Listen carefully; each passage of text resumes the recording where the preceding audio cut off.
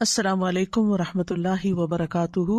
رب اشرح لی صدری ویسر لی امری واحلل عقدۃ من لسانی یفقہوا قولی وما من دابۃ فی الارض الا علی اللہ رزقها ویعلم مستقرها ومستودعها کل فی کتاب مبین۔ اور زمین میں چلنے والا کوئی جاندار ایسا نہیں مگر اللہ ہی کے اوپر اس کا رزق ہے، اور وہ اس کے ٹھہرنے کی جگہ اور اس کے سونپے جانے کی جگہ کو جانتا ہے۔ سب کچھ ایک واضح کتاب میں درج ہے، تو ہر جاندار کا رزق اللہ کے ذمہ ہے۔ آج ہم اس موضوع پر گفتگو کریں گے۔ رزق ہر جاندار کی ضرورت ہے، کوئی ذی روح اس کے حصول کی جد و جہد سے خالی نہیں ہو سکتا، مگر ہمارا دین اس کو ضرورت کے درجے میں رکھتا ہے، نہ کہ مقصد کے درجے میں۔ یعنی رزق کمانا، رزق کھانا ضروریات زندگی میں سے تو ہے، لیکن زندگی کا مقصد نہیں ہے۔ یعنی ہم جینے کے لیے کھا رہے ہیں، کھانے کے لیے نہیں جی رہے۔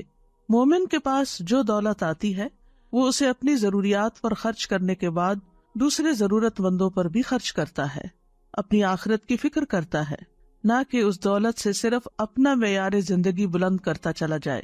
مومن جائز طریقے سے رزق حاصل کرتا ہے اور جائز جگہوں پر خرچ کرتا ہے۔ مومن اللہ کا رزق کھا کر اللہ ہی کو یاد کرتا ہے، اس کا شکر ادا کرتا ہے۔ لیکن یہ یاد رہے کہ دنیاوی رزق انسان کی مادی ضروریات کو پورا کرتا ہے، مگر اس کی روحانی ضروریات کے لیے جو رزق اللہ نے دے رکھا ہے اس کے لیے اللہ ہی کی طرف رجوع کرنا ہوتا ہے۔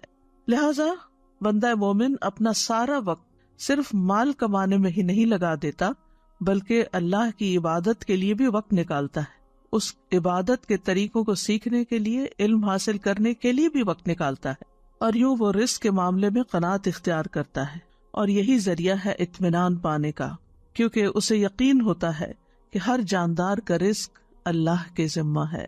وما من دابۃ، اور نہیں کوئی بھی جاندار۔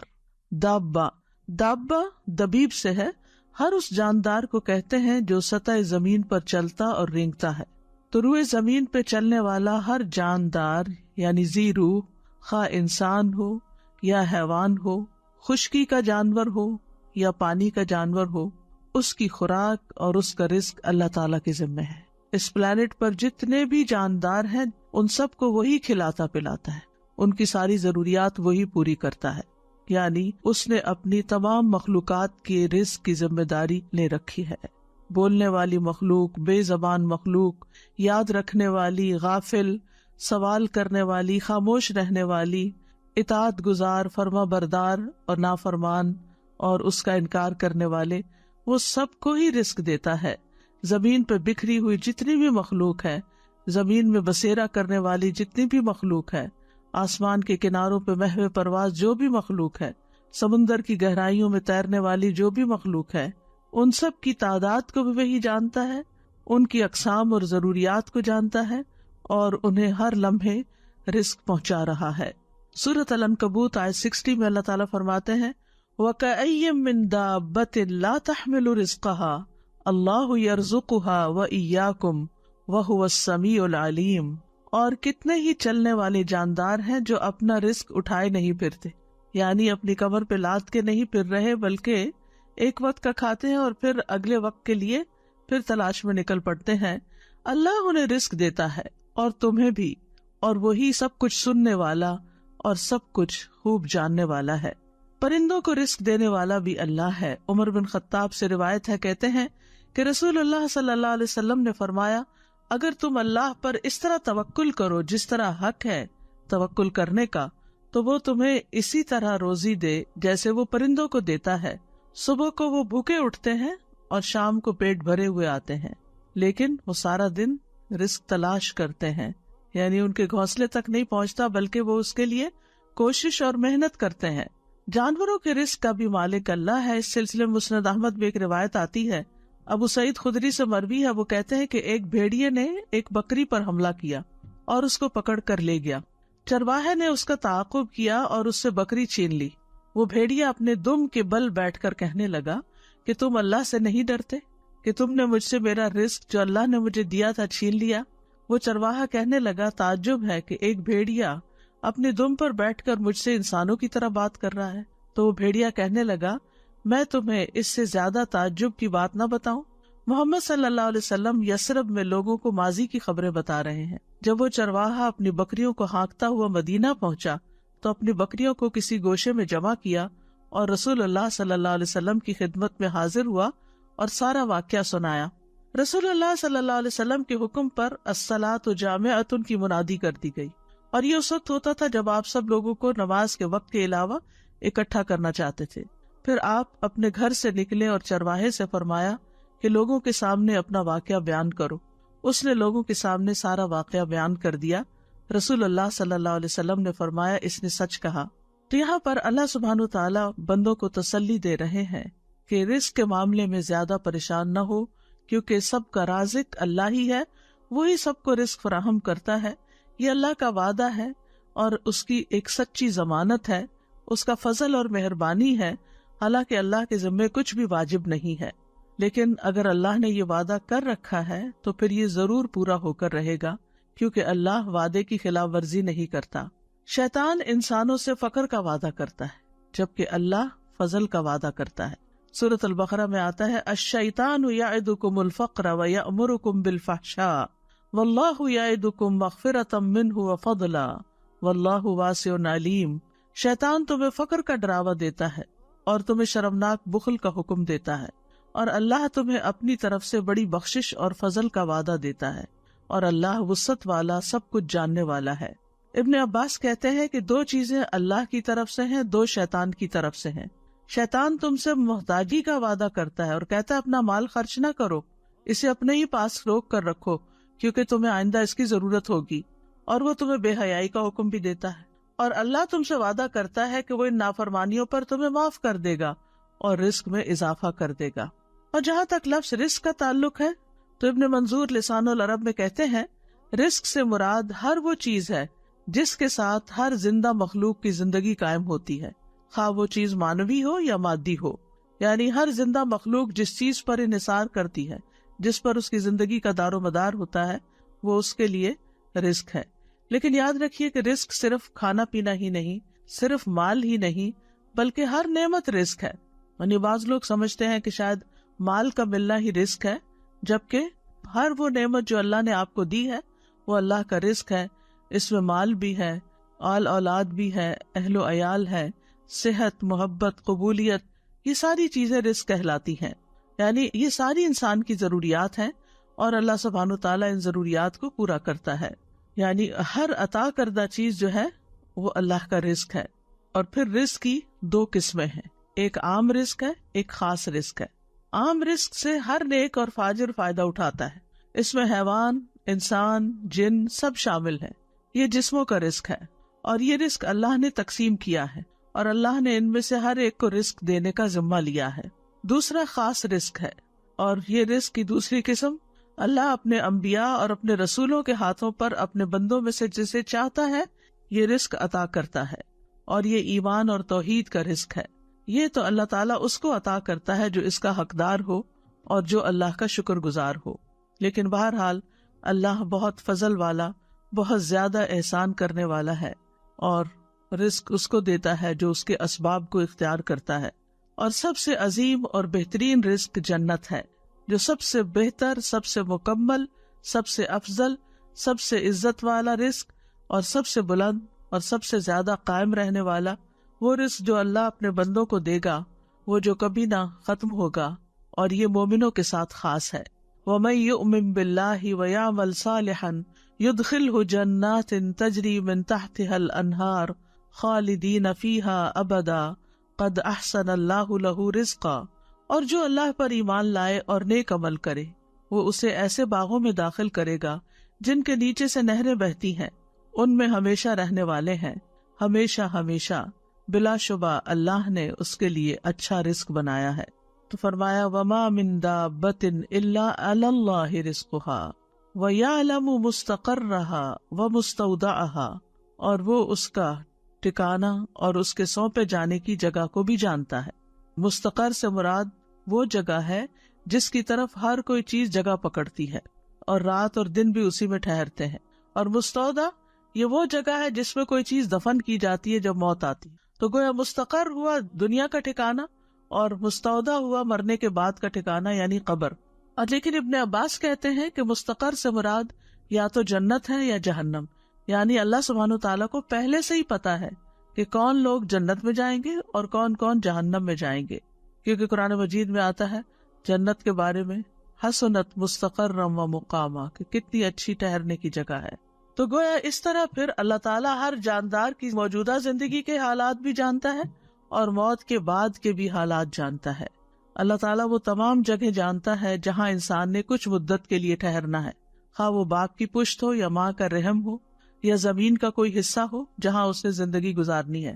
اور اللہ تعالیٰ وہ جگہ بھی جانتا ہے جن کے سپرد انسان مرنے کے بعد ہوتا ہے، خواہ وہ زمین میں کھودی ہوئی جگہ ہو یا کسی جانور کا پیٹ ہو یا جو بھی جگہ اللہ نے قیامت تک اس کے سپرد ہونے کے لیے لکھی ہے، وہ سب کچھ اس کے لیے قبر ہی ہے. تو خلاصہ یہی ہے کہ اللہ تعالیٰ ہمارے دنیا کے حالات کو بھی جانتا ہے اور موت کے بعد کے حالات کو بھی. اللہ کا علم کامل ہے، وہ بحر و بر کی ایک ایک چیز کا علم رکھنے والا ہے. سورۃ الانعام میں فرمایا وَعِندَهُ مَفَاتِحُ الْغَيْبِ لَا يَعْلَمُهَا إِلَّا هُوَ وَيَعْلَمُ مَا فِي الْبَرِّ وَالْبَحْرِ وَمَا تَسْقُطُ مِنْ وَرَقَةٍ إِلَّا يَعْلَمُهَا وَلَا حَبَّةٍ فِي ظُلُمَاتِ الْأَرْضِ وَلَا رَطْبٍ وَلَا يَابِسٍ إِلَّا فِي كِتَابٍ مُبِينٍ. اور اسی کے پاس غیب کی چابیاں ہیں، انہیں اس کے سوا کوئی نہیں جانتا، اور وہ جانتا ہے جو کچھ خشکی اور سمندر میں ہے، اور کوئی پتا نہیں گرتا مگر وہ اسے جانتا ہے، اور زمین کے اندھیروں میں کوئی دانہ نہیں اور نہ کوئی تر چیز ہے نہ خشک مگر وہ ایک واضح کتاب میں ہے. کوئی چیز جو ذرے برابر بھی ہو اس کے علم سے باہر نہیں. سورۃ یونس میں آتا ہے وَمَا يَعْزُبُ عَنْ رَبِّكَ مِن مِّثْقَالِ ذَرَّةٍ فِي الْأَرْضِ وَلَا فِي السَّمَاءِ وَلَا أَصْغَرَ مِن ذَلِكَ وَلَا أَكْبَرَ إِلَّا فِي كِتَابٍ مُبِينٍ. اور تیرے رب سے کوئی ذرہ برابر چیز بھی نہ زمین میں غائب ہو سکتی ہے اور نہ آسمان میں، اور نہ اس سے کوئی چھوٹی چیز یعنی ذرے سے چھوٹی چیز اور نہ کوئی بڑی چیز مگر ایک واضح کتاب میں موجود ہے. کل فی کتاب مبین، ہر چیز لوح محفوظ میں لکھی ہوئی ہے، واضح کتاب میں لکھی ہوئی ہے. اور جو کچھ بھی ہوتا ہے، جو بھی حادثے زمین یا آسمان میں ہوتے ہیں، ان سب کا علم اللہ کے پاس ہے، اور وہ علم لکھا ہوا بھی ہے، یعنی اس نے ہر چیز کی تقدیر لکھ دی ہے، ہر چیز پر اس کی مشیت نافذ ہے، اور ہر ایک کے لیے اس کا رزق وسیع ہے. پھر اسی طرح آسمان اور زمین کی ہر خبر لکھی جا چکی ہے. الم تعلم ان اللہ یعلم ما فی السماء والارض ان ذلک فی کتاب ان ذلک علی اللہ یسیر. کیا تم نہیں جانتے کہ اللہ وہ سب کچھ جانتا ہے جو آسمان اور زمین میں ہے، بلا شبہ یہ سب کچھ ایک کتاب یعنی لوح محفوظ میں درج ہے، اور اللہ کے لیے یہ بات بالکل آسان ہے. آسمان و زمین کی تخلیق سے 50,000 سال پہلے اللہ نے ایک کتاب میں سب کچھ لکھ دیا. تو اس آیت سے یہ پتہ چلتا ہے کہ اللہ ہی دراصل رازق ہے، رزق کا مکمل اختیار اللہ کے پاس ہے. سورۃ فاطر میں آتا ہے یا ایھا الناس اذکروا نعمت اللہ علیکم هل من خالق غیر اللہ یرزقکم من السماء والارض لا الہ الا هو فانا تؤفکون. لوگو اپنے آپ پر اللہ کے احسان کو یاد رکھو. کیا اللہ کے سوا کوئی اور خالق ہے جو تمہیں آسمانوں اور زمین سے رزق دے؟ یاد رکھو اس کے سوا کوئی الہ نہیں، پھر تم کہاں سے دھوکہ کھا جاتے ہو. تو الہ ہی میں یہ بات بھی شامل ہے کہ وہ ڈیٹی ہے، سب کا رازق ہے، سب مخلوقات کو پال رہا ہے، اور اگر رازق وہ ہے تو پھر عبادت بھی اسی کی ہونی چاہیے. وہ رزق کو بڑھاتا بھی ہے اور گھٹاتا بھی ہے، یہ بھی یاد رکھیے. یعنی انسان کا رزق ہمیشہ ایک جیسا نہیں رہتا. اگر آج کسی کے پاس کم ہے تو کل زیادہ بھی ہو سکتا ہے، اور اگر آج کسی کے پاس زیادہ ہے تو کل کم بھی ہو سکتا ہے. اللہ یبسط الرزق لمن یشاء ویقدر وفرحوا بالحیاۃ الدنیا وما الحیاۃ الدنیا فی الآخرۃ الا متاع. اللہ رزق فراخ کرتا ہے جس کے لیے وہ چاہتا ہے اور تنگ کر دیتا ہے، اور وہ دنیا کی زندگی پر خوش ہو گئے، حالانکہ دنیا کی زندگی آخرت کے مقابلے میں تھوڑے سامان کے سوا کچھ بھی نہیں ہے. پھر اسی طرح سورۃ الروم میں اللہ تعالیٰ فرماتے ہیں اولم یروا ان اللہ یبسط الرزق لمن یشاء ویقدر ان فی ذلک لآیات لقوم یؤمنون.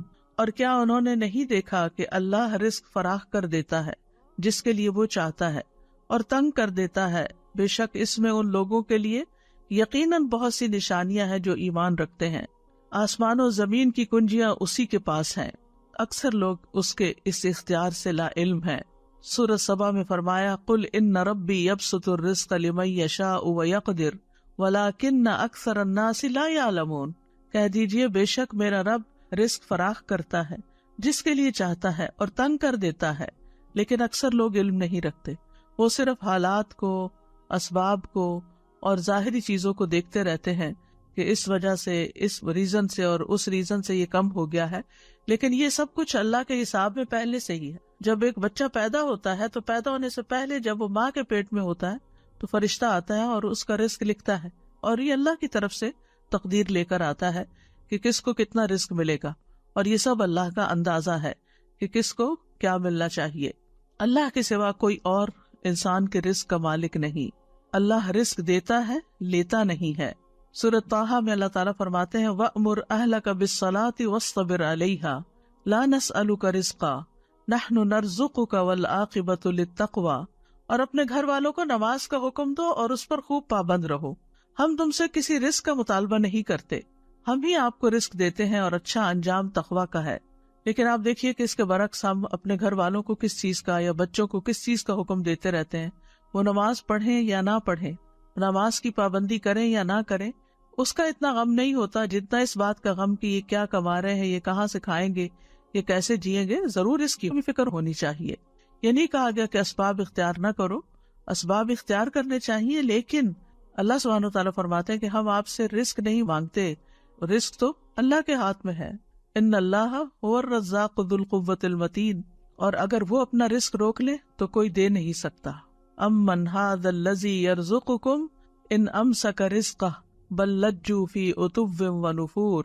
یا وہ کون ہے جو تمہیں رزق دے اگر وہ اپنا رزق روک لے، بلکہ وہ سرکشی اور بدکنے پر اڑے ہوئے ہیں. تو جب انسان کو یہ یقین ہو جاتا ہے کہ رازق اللہ ہے تو پھر انسان رزق کی تنگی میں اسی کی طرف رجوع کرتا ہے. ورنہ وہ انسانوں کو یہ سمجھتا ہے کہ یہ میرے رازق ہیں تو پھر وہ ان کی چاکری پہ لگ جاتا ہے اور ان کی خوشامد پہ لگ جاتا ہے کہ شاید یہی جاب دیں گے تو جاب ہوگی، یا یہ تعاون کریں گے تو ہی رزق ملے گا، جبکہ رزق جو ہے وہ اللہ کے ذمہ ہے. اللہ تعالیٰ فرماتے قل ارأیتم ان اصبح ماؤکم غورا فمن یأتیکم بماء معین. کہہ دو کیا تم نے دیکھا اگر تمہارا پانی گہرا چلا جائے تو کون ہے جو تمہیں بہتا ہوا پانی لا کر دے. یعنی رزق کے جتنے بھی سورسز ہیں وہ اللہ کے ہاتھ میں ہیں اور وہ بندوں کی ضرورت کے مطابق ان کو نکالتا رہتا ہے، اور پھر جس کو جیسا چاہتا ہے، جتنا چاہتا ہے رزق دیتا ہے، جس کو چاہتا ہے وافر دیتا ہے، جس پہ چاہتا ہے تنگ کر دیتا ہے. سورۃ ذاریات میں آتا ہے ان اللہ هو الرزاق ذو القوة المتین. بے شک اللہ ہی بے حد رزق دینے والا، طاقت والا، نہایت مضبوط ہے.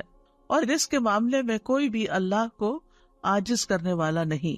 یعنی اگر اللہ تعالیٰ دینا چاہے کسی کو تو کوئی روک نہیں سکتا، اور اگر وہ روک دے تو کوئی دے نہیں سکتا. قرآن مجید میں آتا ہے ان ھذا لرزقنا ما لہ من نفاد.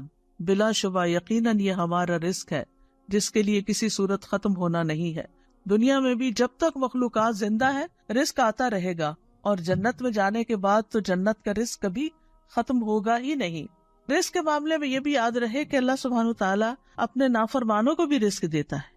یعنی اگرچہ تقویٰ سے اور توکل سے یعنی کہ رزق کی کنجیاں ہیں کئی ایک، لیکن جو نافرمانی کرتے ہیں دنیا کی اس محدود زندگی میں، چونکہ وہ اللہ کی مخلوق ہے، اللہ نے ان کو پیدا کیا ہے، تو اللہ تعالیٰ ان کو رزق بھی عطا کرتا ہے. ان کی نافرمانیوں کے باوجود بھی انہیں رزق دیتا ہے. شیطان بھی اللہ ہی سے رزق مانگتا ہے، حالانکہ وہ اللہ کا دشمن ہے. لیکن رسول اللہ صلی اللہ علیہ وسلم نے فرمایا کہ ابلیس نے کہا اے میرے رب، تو نے اپنی ساری مخلوق کا رزق واضح کر دیا ہے، تو میرا رزق کہاں ہے؟ اللہ نے فرمایا ہر وہ چیز جس پر میرا نام نہ لیا جائے اس رزق میں تم شامل ہو. پھر اسی طرح آسمان والوں کو بھی وہی رزق دیتا ہے اور زمین والوں کو بھی وہی رزق دیتا ہے. حاتم الاسم سے پوچھا گیا من این تاکلو، کہاں سے تم کھاتے ہو؟ یعنی تم کوئی کام کاروبار تو نہیں کرتے، کھاتے کہاں سے ہو؟ قال من عند اللہ، کہنے لگا اللہ کے پاس سے. ان کو کہا گیا کیا اللہ تعالیٰ آسمان سے تمہارے لیے دینار و درہم نازل فرمائیں گے؟ انہوں نے کہا کیا اللہ صرف آسمان ہی میں ہے؟ یہ زمین بھی اسی کی ہے اور یہ آسمان بھی اسی کا ہے. اگر وہ میرا رزق آسمان سے نہ دے گا تو زمین سے چلا کر میرے پاس لے آئے گا. ہم کہتے ہیں نا تمہارا آسمان سے اترے گا، بات یہ ہے کہ وہ زمین سے بھی لے آئے گا. پھر انہوں نے یہ شعر پڑھے وَكَيْفَ أَخَافُ الْفَقْرَ وَاللَّهُ رَازِقِي، میں فقر سے کیوں ڈروں جبکہ اللہ میرا رازق ہے. وَرَازِقُ هَذَا الْخَلْقِ فِي الْعُسْرِ وَالْيُسْرِ، تنگی اور آسانی میں اس مخلوق کا رازق وہی ہے. تَكَفَّلَ بِالْأَرْزَاقِ لِلْخَلْقِ كُلِّهِمْ، اس نے ساری مخلوقات کے رزق کا ذمہ لے رکھا ہے. وَمَا مِن دَابَّةٍ إِلَّا عَلَى اللَّهِ رِزْقُهَا وَلِلضَّبِّ فِي الْبَيْدَاءِ وَالْحُوتِ فِي الْبَحْرِ، وہ گوہ کو صحرا میں رزق دیتا ہے اور مچھلی کو سمندر میں رزق دیتا ہے. اور پھر ہم دیکھیں کہ ہر مخلوق کی رزق کی ضرورت مختلف ہے. انسانوں میں سے بھی مختلف علاقوں کے رہنے والے لوگ مختلف طرح کی چیزیں کھاتے ہیں. اسی طرح پانی میں رہنے والے جانوروں کا رزق اور طرح ہے، خشکی والوں کا اور طرح، پرندوں کا اور طرح ہے، جنگلی جانوروں کا اور طرح ہے. پھر لوگوں کے ہاں پسند ناپسند بھی ہے، پھر ان کی ٹیسٹ کا بھی فرق ہے، کوئی مرچیں کھاتا ہے کوئی نہیں کھاتا. تو اسی کے مطابق اللہ سبحانہ وتعالیٰ نے اتنی ورائٹی پیدا کر دی ہے. اور یہ اتنی ورائٹی پیدا کرنے کا یہ مطلب نہیں کہ ہم ہر چیز ہی کھائیں یا ہر چیز ہمارے لیے بنی ہے. ہر ایک کی ضرورت کے مطابق اللہ تعالیٰ نے تقسیم کر رکھا ہے. کچھ لوگ کچھ چیزوں کو بالکل بھی نہیں کھا سکتے. ہم کہتے ہیں الرجی ہے، ٹھیک ہے الرجی ہوتی ہے، لیکن اصل میں تو پیچھے اللہ ہی کا اذن ہوتا ہے. وہ جس کو چاہے دے اور جس سے چاہے روک دے، جس کو چاہے وہ چیز کھانے دے اور جس سے چاہے وہ نہ کھانے دے. اور پھر اللہ وہاں سے رزق دیتا ہے جہاں سے بندہ گمان بھی نہیں کر سکتا. وَيَرْزُقْهُ مِنْ حَيْثُ لَا يَحْتَسِبُ وَمَن يَتَوَكَّلْ عَلَى اللَّهِ فَهُوَ حَسْبُهُ إِنَّ اللَّهَ بَالِغُ أَمْرِهِ قَدْ جَعَلَ اللَّهُ لِكُلِّ شَيْءٍ قَدْرًا، اور اسے رزق دے گا جہاں سے وہ گمان نہیں کرتا، اور جو کوئی اللہ پر بھروسہ کرے تو وہ اسے کافی ہو جاتا ہے. بے شک اللہ اپنا کام پورا کر کے رہتا ہے. یقیناً اللہ نے ہر چیز کے لیے ایک اندازہ مقرر کیا ہے. اصل میں ہم جلد باز ہیں، ہم چاہتے ہیں کہ ہمارا کام وقت سے پہلے ہی ہو جائے. پھر مرنے کے بعد بھی اپنے بندوں کو وہی رزق دیتا ہے. خاص طور پر شہید جو ہیں ان کو مرنے کے بعد بھی رزق ملتا ہے. نبی صلی اللہ علیہ وسلم نے فرمایا جب تمہارے بھائی احد میں شہید کر دیے گئے تھے تو اللہ نے ان کی روحوں کو سبز رنگ کے پرندوں کے پیٹوں میں کر دیا جو جنت کی نہروں پہ آتے ہیں، وہاں کے پھل کھاتے ہیں، پھر سونے کی کندیلوں میں لوٹ جاتے ہیں جو عرش کے سائے میں لٹک رہی. یعنی ان کی روحوں کو اتنے اعلیٰ مقام پہ اللہ نے رکھا ہے. جب انہوں نے وہاں کے کھانے پینے اور آرام اور راحت کے مزے دیکھے تو کہا کون ہے جو ہمارا یہ پیغام ہمارے بھائیوں تک پہنچا دے کہ ہم جنت میں زندہ ہیں، ہمیں رزق دیا جاتا ہے تاکہ وہ جہاد سے بے رغبت نہ ہو جائیں اور لڑائی میں بزدلی نہ دکھائیں. اللہ سبحانہ تعالیٰ نے فرمایا میں تمہارا یہ پیغام ان تک پہنچا دوں گا. چنانچہ اللہ نے یہ آیت نازل کی وَلَا تَحْسَبَنَّ الَّذِينَ قُتِلُوا فِي سَبِيلِ اللَّهِ أَمْوَاتًا بَلْ أَحْيَاءٌ عِندَ رَبِّهِمْ يُرْزَقُونَ، وہ لوگ جو اللہ کی راہ میں قتل ہوئے ان کے بارے میں یہ ہرگز خیال نہ کیجیے کہ وہ مردہ ہیں، بلکہ وہ زندہ ہیں، اپنے رب کے پاس رزق دیے جاتے ہیں. اور پھر ایک اور جگہ پر بھی اللہ تعالیٰ نے ایسے لوگوں کے لیے رزقاً حسنہ کی خوشخبری دی. وَالَّذِينَ هَاجَرُوا فِي سَبِيلِ اللَّهِ ثُمَّ قُتِلُوا أَوْ مَاتُوا لَيَرْزُقَنَّهُمُ اللَّهُ رِزْقًا حَسَنًا وَإِنَّ اللَّهَ لَهُوَ خَيْرُ الرَّازِقِينَ. اور جن لوگوں نے اللہ کے راستے میں وطن چھوڑا پھر قتل کر دیے گئے یا مر گئے، یقیناً اللہ انہیں ضرور رزق دے گا، اچھا رزق، رزقاً حسنہ، اور بے شک اللہ یقیناً سب رزق دینے والوں میں سے بہترین ہے. رزق کے کم یا زیادہ ہونے میں اللہ کی حکمتیں ہوتی. یاد رکھیے وافر رزق کا ملنا اللہ کی رضامندی کی علامت نہیں. جب کسی کے پاس بہت آ جاتا ہے تو عموماً وہ اس خوش فہمی کا شکار ہو جاتا ہے کہ اللہ مجھ سے بہت راضی ہے. کبھی اللہ تعالیٰ گمراہ اور جاہل لوگوں کے رزق میں بہت اضافہ کر دیتا ہے، ان پر دنیا وسیع کر دیتا ہے، اور کبھی اہل ایمان پر رزق تنگ کر دیتا ہے. تو یہ نہیں سمجھا جانا چاہیے کہ جو کچھ ہمیں ملا ہے یہ زیادہ ملا ہے، یہ اللہ کی محبت یا چنے ہوئے ہونے کی دلیل ہے. اللہ دنیا اس کو بھی دیتا ہے جس سے وہ محبت کرتا ہے، اور اس کو بھی دیتا ہے جس سے وہ محبت نہیں کرتا، مگر ایمان صرف اس کو عطا کرتا ہے جس سے وہ محبت کرتا ہے. رزق کا گھٹنا بڑھنا جو ہے یہ اللہ کی طرف سے ایک امتحان ہے. جیسے اور بہت سی چیزوں میں امتحان ہے تو رزق کے معاملے میں بھی ایک امتحان ہے. فَأَمَّا الْإِنسَانُ إِذَا مَا ابْتَلَاهُ رَبُّهُ فَأَكْرَمَهُ وَنَعَّمَهُ فَيَقُولُ رَبِّي أَكْرَمَنِ وَأَمَّا إِذَا مَا ابْتَلَاهُ فَقَدَرَ عَلَيْهِ رِزْقَهُ فَيَقُولُ رَبِّي أَهَانَنِ. بس لیکن انسان جب اس کا رب اسے آزمائے پھر اسے عزت بخشے اور اسے نعمت دے تو کہتا ہے میرے رب نے مجھے عزت بخشی. لیکن جب وہ اسے آزمائے پھر اس پر اس کا رزق تنگ کر دے تو کہتا ہے میرے رب نے مجھے ذلیل کر دیا. تو اللہ سبحانہ تعالیٰ کے اس فرمان سے بالکل واضح ہو رہا ہے کہ یہ رزق کا دیا جانا اور رزق کا لیا جانا دونوں ہی امتحان ہے۔ پھر یہ ہے کہ کبھی رزق کی کمی خیر کا باعث بھی ہوتی ہے اور کبھی وافر رزق خیر کا باعث ہوتا ہے، کیونکہ رزق کا وافر ہونا بہرحال آزمائش تو ہے، لیکن نیک انسان کے لیے اچھا مال خوش قسمتی کی علامت ہے، کیونکہ وہ اسے اچھے کاموں میں صرف کرتا ہے اور اس سے اس کے درجات اور بلند ہوتے ہیں۔ مومن ایسا نہیں ہوتا کہ جب اس کو زیادہ مال ملے تو وہ صرف اپنا معیار زندگی بڑھانے کی فکر کرے، بلکہ وہ ضرورت کے بعد دوسروں کا خیال رکھتا ہے۔ بعض اوقات رزق کا وافر ہونا سرکشی کا باعث بھی بن جاتا ہے، اس لیے اللہ سبحانہ تعالیٰ ایک حد کے اندر ہی سب کو رزق دیتا ہے۔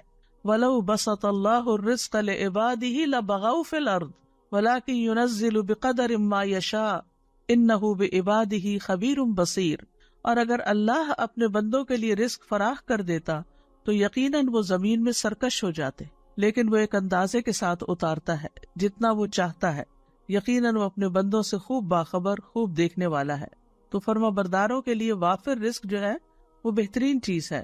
سلیمان علیہ السلام کو اللہ سبحانہ تعالیٰ نے ایسی حکومت عطا کی تھی کہ جو کسی کو عطا نہیں ہوئی۔ اللہ نے ان کے لیے ہواؤں کو تابع کر دیا، جہاں ان کو جانا ہوتا وہ ان کے حکم پر نرمی کے ساتھ چلتی۔ شیاطین ان کے لیے مسخر کر دیے جو سب معمار اور غوطہ زن تھے، اور کچھ دوسرے زنجیروں میں جکڑے ہوئے تھے۔ تو اللہ تعالیٰ فرماتے ہیں ھذا عطاؤنا، یہ ہماری عطا ہے، فمنن او امسک بغیر حساب، اب کسی پہ احسان کرو یا اپنے پاس رکھو، کوئی حساب بھی نہیں۔ پھر اسی طرح ایوب علیہ السلام جب وہ بیماری سے صحت یاب ہوئے اور غسل فرما رہے تھے کہ سونے کی ٹڈیاں آپ پر گرنے لگی۔ ایوب علیہ السلام انہیں اپنے کپڑے میں سمیٹنے لگے، اتنے میں ان کے رب نے انہیں پکارا، اے ایوب، کیا میں نے تمہیں اس چیز سے بے نیاز نہیں کر دیا جسے تم دیکھ رہے ہو؟ یعنی تمہارے اندر تو اس چیز کی خواہش نہیں ہے؟ ایوب علیہ السلام نے جواب دیا، جی ہاں، تیری بزرگی کی قسم، لیکن تیری برکت سے میرے لیے بے نیازی کیسے ممکن ہے؟ یعنی میں یہ برکت کے طور پر ان کو اکٹھا کر رہا ہوں، مال کی لالچ میں نہیں، کیونکہ وہ تو اللہ تعالیٰ نے گواہی دی کہ اللہ نے ان کو اس سے بے نیاز کر دیا تھا۔ اتنا عرصہ جب ان کی ہر چیز تباہ ہو گئی تو انہوں نے ایک دفعہ بھی شکوہ نہیں کیا۔ تو اللہ سبحانہ تعالیٰ کبھی بندوں کو دے کے آزماتا ہے اور کبھی ان سے لے کے آزماتا ہے، اور آزمائش کے اعتبار سے سب سے زیادہ سخت انبیاء ہوتے ہیں، پھر علماء ہوتے ہیں، پھر عام نیک لوگ ہوتے ہیں۔ خود نبی صلی اللہ علیہ وسلم کا اکثر وقت فاقوں میں گزرتا تھا۔ نعمان رضی اللہ عنہ خطبہ دے رہے تھے اور کہنے لگے کہ عمر رضی اللہ عنہ نے اس دنیا کا ذکر کیا جو لوگوں نے حاصل کر لی، پھر فرمایا، میں نے رسول اللہ صلی اللہ علیہ وسلم کو دیکھا کہ آپ سارا دن بھوک کی وجہ سے بے قرار رہتے تھے، آپ خراب کھجور تک نہ پاتے تھے جس سے اپنا پیٹ بھر لیں۔ عائشہ رضی اللہ تعالیٰ عنہ فرماتی ہے کہ محمد صلی اللہ علیہ وسلم کے گھرانے نے اگر دن میں کبھی 2 مرتبہ کھانا کھایا تو اس میں ضرور ایک وقت صرف کھجوریں ہوتی تھی، یعنی انککڈ کھانا۔ اسی طرح صحابہ کرام جو تھے ان میں سے بھی بہت سے فاقے کے ساتھ ہوتے تھے۔ اصحاب صفہ اکثر فاقے سے رہا کرتے تھے، حتیٰ کہ بھوک سے نڈھال ہو کر بے ہوش ہو کر گر جاتے تھے، تو بدوی کہتے تھے کہ یہ پاگل لوگ ہیں۔ رزق کے حوالے سے چند اور باتیں بھی یاد رکھنے کی ہیں۔ نمبر 1 یہ کہ ہر انسان کا رزق مقرر ہو چکا ہے۔ نبی صلی اللہ علیہ وسلم نے فرمایا، ابن آدم سے 4 چیزوں کے معاملے میں فارغ ہوا جا چکا ہے، اس کی تخلیق، اس کے اخلاق، اس کے رزق اور اس کی موت سے۔ پھر ماں کے پیٹ میں ہی بچے کا رزق لکھ دیا جاتا ہے۔ رزق سے بھاگنے والا بھی رزق پا کر ہی رہے گا۔ رزق کی تلاش میں نکلنا چاہیے، منع نہیں ہے۔ اللہ کے ذمہ رزق ہونے کا مطلب یہ نہیں کہ انسان کمائی نہ کرے یا تلاش نہ کرے، اس کا مطلب ہے کہ رزق کے تمام خزانے اللہ کے ہاتھ میں ہیں، لیکن انسان کو محنت کرنا ہوگی، اسباب اختیار کرنا ہوں گے، اور رزق کی تلاش کا بھی حکم دیا گیا ہے۔ فَابْتَغُوا عِندَ اللَّهِ الرِّزْقَ وَاعْبُدُوهُ۔ جمعے کے دن بھی جب جمعہ پڑھ لیا جائے تو کیا حکم دیا گیا؟ فَإِذَا قُضِيَتِ الصَّلَاةُ فَانتَشِرُوا فِي الْأَرْضِ وَابْتَغُوا مِن فَضْلِ اللَّهِ، کہ جب نماز ادا کی جا چکے تو زمین میں پھیل جاؤ اور اللہ کا فضل تلاش کرو۔ وَاذْكُرُوا اللَّهَ كَثِيرًا لَعَلَّكُمْ تُفْلِحُونَ، اور اللہ کو بہت یاد کرو تاکہ تم فلاح پاؤ۔ پھر زمین میں چلنے پھرنے کا حکم ہے اور رزق کھانے کا حکم ہے۔ فَامْشُوا فِي مَنَاكِبِهَا وَكُلُوا مِن رِّزْقِهِ وَإِلَيْهِ النُّشُورُ، کہ اس کے کندھوں پہ چلو، یعنی سفر کرو، کمائی کرو، محنت کرو، اور اس کے دیے ہوئے میں سے کھاؤ، اور اس کی طرف دوبارہ تمہیں اٹھ کے جانا ہے۔ رزق کی تلاش کے لیے جانا انبیاء کی سنت ہے۔ اسماعیل علیہ السلام کی شادی کے بعد ابراہیم علیہ السلام اپنے چھوڑے ہوئے خاندان کو دیکھنے آئے۔ اسماعیل علیہ السلام گھر پر نہیں تھے، دوبارہ آئے، دوبارہ بھی گھر پہ موجود نہیں تھے۔ آپ ان کی بیوی کے ہاں گئے، ان سے اسماعیل علیہ السلام کے بارے میں پوچھا۔ انہوں نے بتایا کہ ہمارے لیے روزی تلاش کرنے گئے ہیں۔ پھر اسی طرح صحابہ کی صفت قرآن میں بتائے گی، وَآخَرُونَ يَضْرِبُونَ فِي الْأَرْضِ يَبْتَغُونَ مِنْ فَضْلِ اللَّهِ، اور کچھ دوسرے زمین میں سفر کریں گے، اللہ کا فضل تلاش کریں گے۔ پھر اسی طرح رزق کی تلاش میں اعتدال سے کام لینا چاہیے، یعنی سارا وقت اس میں نہیں لگانا چاہیے، کیونکہ ہر ایک کو وہ ملے گا جو اس کے لیے لکھ دیا گیا ہے۔ یاد رکھیے، رزق کے لیے محنت کرنے، کمانے کے علاوہ کچھ اور چیزیں بھی ہیں کہ جو انسان کے رزق کو بڑھاتی ہیں، جس میں نمبر 1 ایمان اور تقوی اختیار کرنا۔ وَمَن يَتَّقِ اللَّهَ يَجْعَل لَّهُ مَخْرَجًا وَيَرْزُقْهُ مِنْ حَيْثُ لَا يَحْتَسِبُ، جو اللہ کا تقوی اختیار کرے گا، اللہ اس کے لیے مشکلات سے نکلنے کا راستہ بنا دے گا، اللہ اس کو وہاں سے رزق دے گا جہاں سے وہ گمان بھی نہیں رکھتا۔ پھر اسی طرح ایمان اور عمل صالح کرنے والے سے اللہ کا وعدہ ہے کہ وہ اس کو رزق عطا کرے گا۔ ابن عباس سے اس آیت کا مطلب پوچھا گیا، من عمل صالحا من ذکر او انثى وهو مؤمن فلنحيينه حیاتا طیبہ، جو بھی نیک عمل کرے، مرد ہو یا عورت ہو اور وہ مومن ہو، تو یقیناً ہم اسے ضرور زندگی بخشیں گے، پاکیزہ زندگی، اور یقیناً ہم انہیں ان کا اجر ضرور بدلے میں دیں گے۔ تو انہوں نے کہا حیات طیبہ سے مراد حلال رزق ہے، کہ ایسے لوگوں کو اللہ تعالیٰ حلال رزق عطا کرے گا۔ پھر یہ ہے کہ رزق کمانے کے ساتھ ساتھ عبادت کے لیے وقت نکالنا چاہیے، ورنہ فرمایا ابن آدم مجھ سے دور نہ ہو، ورنہ میں تیرے دل کو فقر سے اور تیرے ہاتھ کو شغل سے بھر دوں گا۔ یعنی کام کبھی ختم نہیں ہوگے، عبادت کے لیے بھی وقت نکالو۔ پھر فرائض کی ادائیگی، پھر اللہ کی اطاعت کرنا۔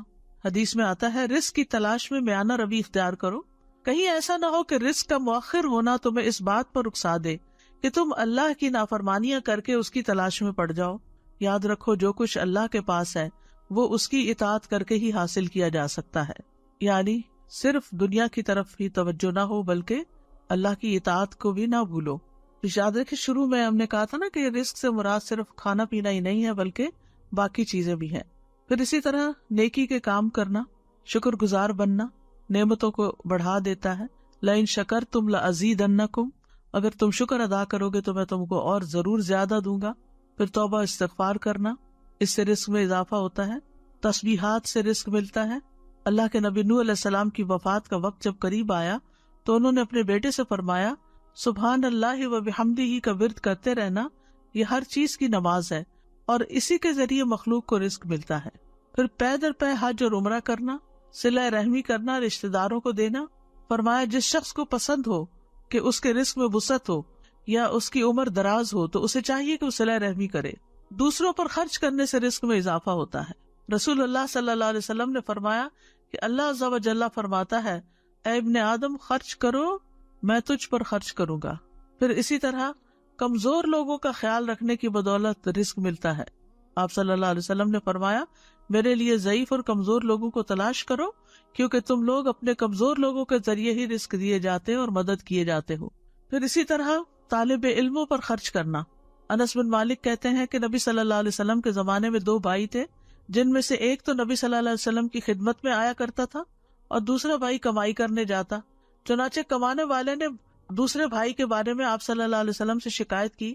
آپ نے فرمایا کہ شاید تم اسی کی وجہ سے رزق دیے جاتے ہو، یعنی تمہیں جو مل رہا ہے اس لیے مل رہا ہے کہ تم آگے اور اس پر اپنے بھائی پر خرچ کرتے ہو۔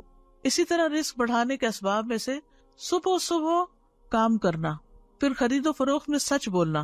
3 لوگوں کا رزق اللہ کے ذمہ ہے، یعنی کہ اللہ تعالیٰ ضامن ہے، اگر وہ زندہ ہے تو ان کو رزق دے اور ان کو کافی دے دے، اور مر جائے تو جنت میں داخل کرے۔ وہ کون لوگ ہیں؟ وہ شخص جس نے اپنے گھر میں داخل ہو کر سلام کیا، جس نے اپنے گھر داخل ہو کر سلام کیا تو اللہ اس کا ضامن ہے، اور وہ شخص جو مسجد کی طرف نکلا اللہ اس کا بھی ضامن ہے، اور وہ شخص جو جہاد میں گیا اللہ اس کا بھی ضامن ہے۔ اسی طرح 4 چیزیں رزق لاتی ہیں: رات کا قیام، سحری کے وقت کثرت سے استغفار کرنا، صدقہ کرتے رہنا، دن کے پہلے اور آخری حصے میں اللہ کا ذکر کرنا۔ پھر اسی طرح کچھ چیزیں رزق سے محروم بھی کر دیتی ہیں، تقوی چھوڑ دینا، نافرمانیاں کرنا۔ حسن بصری کہتے ہیں اللہ کی قسم باطل میں تمہارے لیے رزق ہے لیکن تم اپنی غلطیوں اور اعمال کی وجہ سے اس سے محروم کر دیے جاتے ہو۔ پھر یہ کہ ناشکری رزق کی بربادی کا سبب بنتی ہے۔ مثلاً ناشکری کیا ہے؟ آپ کھانا دیکھیں کیا پکا ہوا ہے، جیسے عام طور پر بچے کرتے ہیں، تو یہ ناشکری ہے۔ ان کو بھی سمجھانا چاہیے کہ یہ شکر گزاری کے خلاف ہے۔ پھر اسی طرح گن گن کے نہ رکھا جائے. حضرت اسماء بنت ابی بکر کہتی ہیں کہ رسول اللہ صلی اللہ علیہ وسلم ایک مرتبہ میرے پاس سے گزرے. اس وقت میں کچھ گن رہی تھی اور اسے ناپ رہی تھی. فرمایا اے اسماء گن گن کے نہ رکھو ورنہ اللہ بھی تمہیں گن گن کر دے گا. کہتی ہے کہ رسول اللہ صلی اللہ علیہ وسلم کے اس ارشاد کے بعد میں نے اپنے پاس سے کچھ جانے والے یا آنے والے کو شمار نہیں کیا. نہیں کچھ میرے پاس آیا، کتنا مال آیا کتنا گیا اس کو میں نے کبھی گنا نہیں. آنے والے روپے پیسے کو مراد ہے. اور جب بھی میرے پاس اللہ کا کوئی رزق ختم ہوا اللہ عز و جل نے مجھے اس کا بہتر بدل عطا کر دیا. جو خرچ نہ کرے اس کا مال تلف ہوتا ہے. 2 فرشتے صبح صبح دعا کرتے ہیں کہ اللہ خرچ کرنے والے کو اس کا بدلہ عطا کر اور روک رکھنے والے کا مال تلف کر دے. پھر اسی طرح قطع رحمی کرنا یعنی رشتہ داروں سے میل جول نہ رکھنا، صرف دنیا کا ہم و غم لگانا. جو اپنی فکر آخرت کو بنا لیتا ہے اللہ تعالیٰ اس کے تمام امور جمع کر دیتا ہے اور اس کے دل کو بے نیاز کر دیتا ہے. لوگوں سے مانگنا. عبد الرحمن بن عوف کہتے ہیں رسول اللہ صلی اللہ علیہ وسلم نے فرمایا جو شخص ایک مرتبہ مانگے گا اور مانگنے کا دروازہ کھول لے گا تو اللہ تعالیٰ اس پر تنگ دستی کا دروازہ کھول دیں گے. جو ایک مرتبہ مانگنے کا دروازہ کھول لیتا ہے اللہ اس پر تنگ دستی کا دروازہ کھول دیتے ہیں. اسی طرح جسے شدید ضرورت پڑ گئی اور اس نے لوگوں پہ پیش کر دیا تو اس کی وہ حاجت دور نہ ہوگی، اور جس نے اللہ پہ پیش کیا اللہ تعالیٰ عنقریب اس کو بے پرواہ کر دے گا. اس لیے ہر رزق کی تنگی میں اللہ ہی کی طرف رجوع کرنا چاہیے اور دعائیں بھی اس سے مانگنی چاہیے کہ اللہ ہمیں رزق دے اور تو ہی بہترین رزق دینے والا ہے. وَارْزُقْنَا وَأَنْتَ خَيْرُ الرَّازِقِينَ. اسی طرح جب اللہ سے بندہ رزق مانگتا ہے تو اللہ ضرور عطا کرتا ہے. اذا قلت اللہم ارزقنی، جب تم کہتے ہو اللہ مجھے رزق دے، قال اللہ قد فعلت، تو اللہ تعالیٰ کہتے ہیں میں نے دے دیا، میں نے فیصلہ کر لیا. پھر ہمیں طیب رزق کی دعا کرنی چاہیے. اللہم انی اسألک علما نافعا ورزقا طیبا وعملا متقبلا. حلال رزق کی دعا کرنی چاہیے. اللہم اکفنی بحلالک عن حرامک واغننی بفضلک عمن سواک. فقر سے پناہ مانگنی چاہیے. اللہم انی اعوذ بک من الفقر والقلۃ والذلۃ واعوذ بک من ان اظلم او اظلم. پھر اسی طرح اولاد کے لیے بھی رزق کی دعا کرنی چاہیے جیسے ابراہیم علیہ السلام اور اسماعیل علیہ السلام نے کی تھی دعائیں. بچوں کو رزق کی دعا بھی دینی چاہیے. عمر بن حریث کہتے ہیں کہ میری والدہ مجھے لے کر نبی صلی اللہ علیہ وسلم کی خدمت میں حاضر ہوئی تو آپ نے میرے سر پر ہاتھ پھیرا اور میرے لیے رزق کی دعا کی. خادموں کے رزق میں برکت کی دعا دینی چاہیے. بڑھاپے میں وسیع رزق کی دعا کرنی چاہیے. رزق کی وجہ سے دنیا کی اصلاح کی دعا کرنی چاہیے. وَأَصْلِحْ لِي دُنْيَايَ الَّتِي فِيهَا مَعَاشِي. اللہ دنیا کے حالات اچھے رکھنا کیونکہ میری معاش اسی میں ہے. برکت کے لیے دعا کرنی چاہیے. اللہم بارک لنا فی ورزقنا خیرا منہ. یعنی جب بھی اللہ تعالیٰ کھانا کھلائیں تو اس کے بعد یہ دعا کر لینی چاہیے. اور جو دودھ پینے کے بعد کی دعا ہے وہ آخر میں وزدنا منہ. تو دونوں طرح کی بھلائیاں حاصل کر لی، برکت بھی ہو گئی اور مزید بھی ملا. پھر پھلوں میں برکت کی دعا پڑھنی چاہیے. مد اور صاحب میں برکت کی دعا کرنی چاہیے. ایک کتاب ہے لدھا نے جو چھاپی ہے کھانے پینے کے آداب، اس میں یہ دعائیں، یہ آداب اور بہت ساری چیزیں آپ کو مل جائیں گی جو آج میں نے یہاں پر کوٹ کی ہے. یہ کتاب ہر گھر کی ضرورت ہے. اور اسی طرح اگر کوئی کھانا کھلائے تو اس کو بھی برکت کی دعا دینی چاہیے. نئے مسلمان بننے والے کو اللہ سے رزق مانگنا سکھانا چاہیے کیونکہ فقر جو ہے وہ کفر تک پہنچا دیتا ہے انسان کو. اللہم اغفر لی ورحمنی واہدنی ورزقنی، یہ والی دعا سکھانی چاہیے. اور کرنے کے کام یہ ہے، نمبر 1 کہ اللہ پہ بھروسہ کرنا ہے، اللہ پہ توکل کرنا ہے اور یہ یقین رکھنا ہے کہ اللہ تعالیٰ کا مقرر کردہ رزق مجھے ضرور مل کر رہے گا کیونکہ اس کے بغیر ہم دنیا سے نہیں جا سکتے. اور پورے یقین سے اللہ سے مانگنا چاہیے اگر حالات تنگ ہوں. اور رزق کی تلاش میں میانہ روی اور حلال کو ملحوظ رکھنا چاہیے. رزق کے بارے میں جو سوال پوچھے جائیں گے ان کی بھی تیاری کرنی چاہیے. وَعَنْ مَالِهِ مِنْ أَيْنَ اكْتَسَبَهُ وَفِيمَا أَنْفَقَهُ. قیامت کے دن انسان کے قدم ہل نہیں سکیں گے جب تک 5 سوال نہ. ان میں سے ایک یہ ہے کہ مال کہاں سے کمایا اور کہاں خرچ کیا. پھر حلال ذرائع اختیار کرنے، حرام سے بچنا ہے اور جو اللہ دے اس پر راضی ہونا ہے، اللہ کی تقسیم پر راضی رہنا ہے. بندے سے اللہ بھی راضی ہو جاتا ہے. یعنی اگر ہم اللہ سے راضی ہوں گے رضی اللہ عنہم ورضوا عنہ. پھر اللہ کے رزق پر قناعت کرنی چاہیے. رزق پا کر اسراف سے بچنا چاہیے. کلوا واشربوا ولا تسرفوا انہ لا يحب المسرفین. اور جتنا زیادہ رزق ملے اتنا ہی اللہ کے راستے میں زیادہ خرچ کر کے اپنی آخرت بنانی چاہیے کیونکہ دنیا میں جو کچھ کمایا وہ تو پیچھے رہ جائے گا. اللہ سبحانہ وتعالی ہم سب کو رزق حلال عطا فرمائے اور کبھی کسی کا محتاج نہ کرے. وآخر دعوانا ان الحمد للہ رب العالمین.